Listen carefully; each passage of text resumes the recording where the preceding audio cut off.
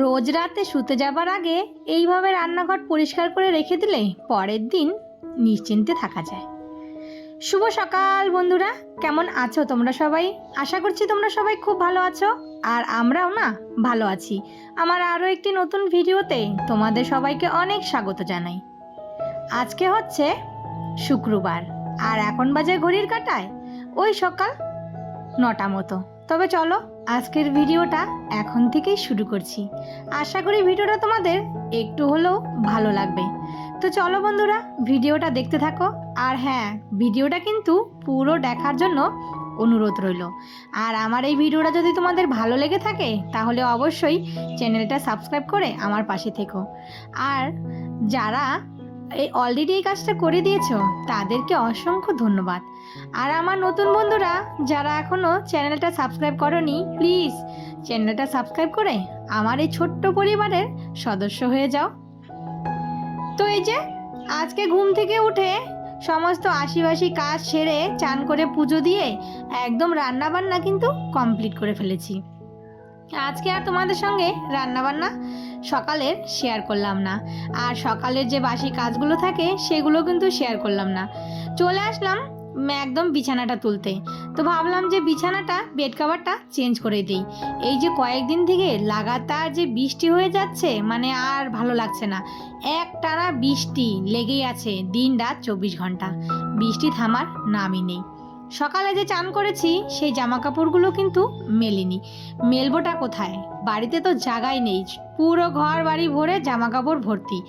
দেখো এই যে কালকে জামা কাপড়, তার আগের দিনের জামা কাপড়, সেগুলো রয়ে গেছে। কিন্তু জামা কাপড় তো কাচতেই হবে, যেগুলো পরেছি সেগুলো তো আর পরের দিন আর পরা যাবে না, সেগুলো কেচে দিতেই হবে। তো এই যে কেচে দিয়ে মানে এইখানে মেলে দিলাম, দেখি কতদিনে শুকায়। আর ওইদিকে কিন্তু আমার রান্নাবান্না সব হয়ে গেছে। দেখো বিছানাটা গুছিয়ে রেখে গেছি, অমনি দুই ভাই মিলে কি অত্যাচার শুরু করেছে। এইরকমই করে জানো তো, বিছানা গুছিয়ে রেখে আমি 1 মিনিটও এদিকে ওদিকে হতে পারি না।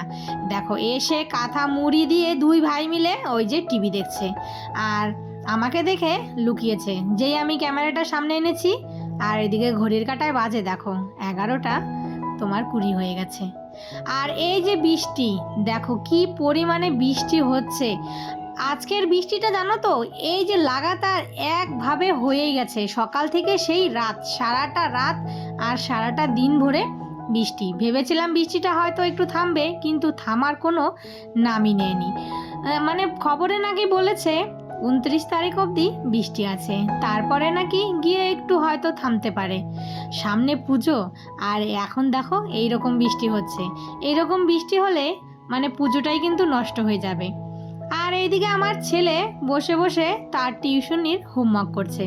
তো যখন মন চায় তখনই ওই যে হোমওয়ার্ক নিয়ে বসে, আর যখন মন চাবে না তুমি ওকে জোর করেও বসাতে পারবে না। এটা হচ্ছে বাচ্চাদের কিন্তু একটা ধর্ম।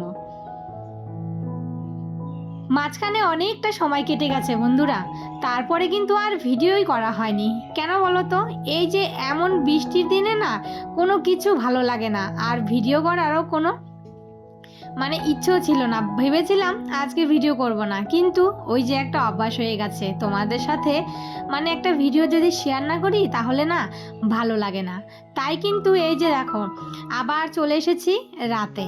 মানে রাতে রান্না করব, তো হাজব্যান্ড দেখি হঠাৎ করে মাংস নিয়ে এসেছে। বলছে যে রাতে একটু কষা কষা মাংস করো, আর এনেছে এক নতুন ধরনের পাঁপড়। তো পাঁপড়গুলো কয়েকটা আবার ছেলেকে ভেজে দিলাম, ও আবার খেয়ে গেল হচ্ছে টিউশন।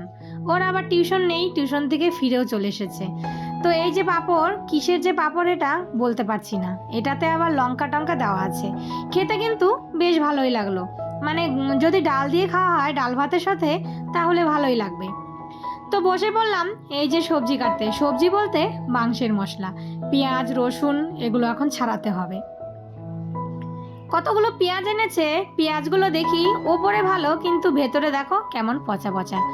আর এই পেঁয়াজ রসুনের যা দাম হয়েছে, দাম শুনলেই মাথায় হাত। কিন্তু আমার বাড়িতেও না পেঁয়াজটা খুব খাওয়া হয়, প্রচুর পরিমাণে পেঁয়াজ লাগে। আর এই যে রসুন।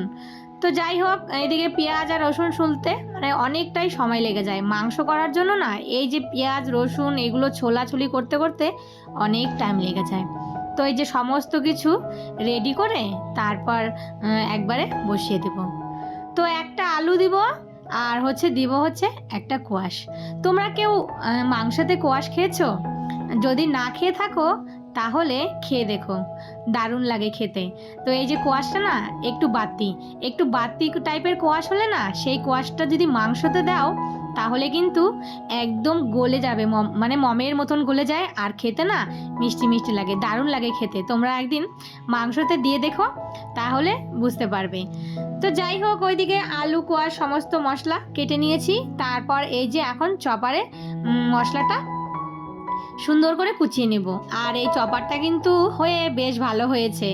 আমার কিন্তু মাংস রান্না করার মশলা এখন পাটায়ও করতে হয় না, আর মিক্সিও বের করতে হয় না। এই চপারে কুচিয়ে নিলে কিন্তু একদম পারফেক্ট মাংস তরকারি হয়ে যায়। তো একদিকে ভাতও বসিয়ে দিলাম, একদিকে মাংসটাও বসিয়ে দিলাম। কেন বলো তো, এই রান্না করতে করতে কিন্তু অনেকটাই টাইম হয়ে যাবে। আর এখন এই ছোট দিনের বেলা দেখবে 5:30 বাজতে বাজতে চারিদিকে কিন্তু অন্ধকার নেমে আসে। এই যে ছোট দিনের বেলা হলে এই একটা সমস্যা, দেখতে দেখতে সন্ধ্যা হয়ে যায়।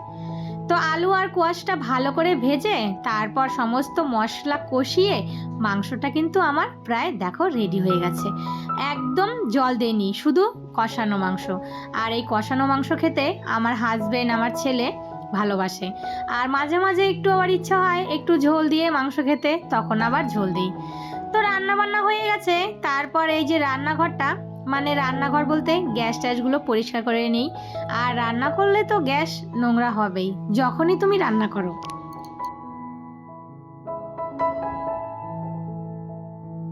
এইদিকে আমার খাওয়া দাওয়া সমস্ত কমপ্লিট হয়ে গেছে। তো সবারই খাওয়া হয়ে গেছে। রাতের বেলা না আমরা 4 জনে একসাথেই বসে খাই। সারাদিন ছেলেরা স্কুলে থাকে, হাজবেন্ড কাজে থাকে, যার যার টাইম মতো সে খেয়ে নেয়। কিন্তু এই রাতের বেলা আমরা বেশিরভাগ সময়টা 4 জনে একসাথেই বসে খাই। তো বাসনগুলো সমস্ত মেজে নিচ্ছি। আর এইদিকে গ্যাসটা তো পরিষ্কার হয়েই গেছে, আর এখন শুধু সেলফটা পরিষ্কার করব। আর তোমার কয়েকটা ছোলা ভিজিয়ে রেখে তারপর শুতে চলে যাব। তো এইভাবে কিন্তু এই যে প্রত্যেক দিন রাতে আমি রান্নাঘরটার একদম পরিষ্কার করে রেখে দিই। তাহলে না সকালে ঘুম থেকে উঠে যদি রান্নাঘরটা পরিষ্কার থাকে তাহলে মনটাও শান্তি, আর কাজ করতেও এনার্জি লাগে। আর যদি দেখবে বাসন পড়ে আছে এঁটো বাসন, তাহলে কিন্তু তোমারও ভালো লাগবে না। তো চলো বন্ধুরা, আজকের ভিডিওটা তাহলে এখানেই শেষ করি। সবাই ভালো থেকো, আবারও দেখা হবে।